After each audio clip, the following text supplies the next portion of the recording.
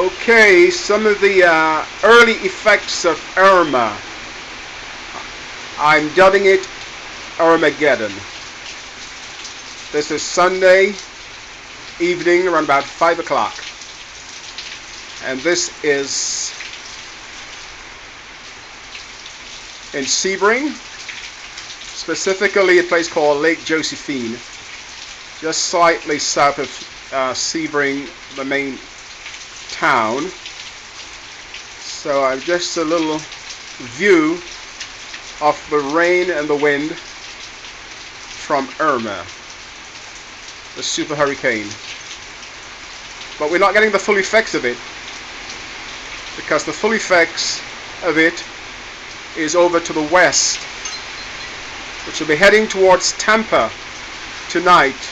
We're about approximately 100 miles east of Tampa.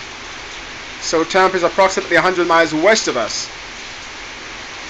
And so we have some hours of this to endure, and the winds and the rain will get stronger. We've lost power since this morning at about maybe 9-10 o'clock. We have no generator, we have no power, we have water. So we'll be in darkness and eating cold foods and snacks and dried foods and soft drinks. So this is just a brief glimpse of Irma, and we're quite a good way off from the eye of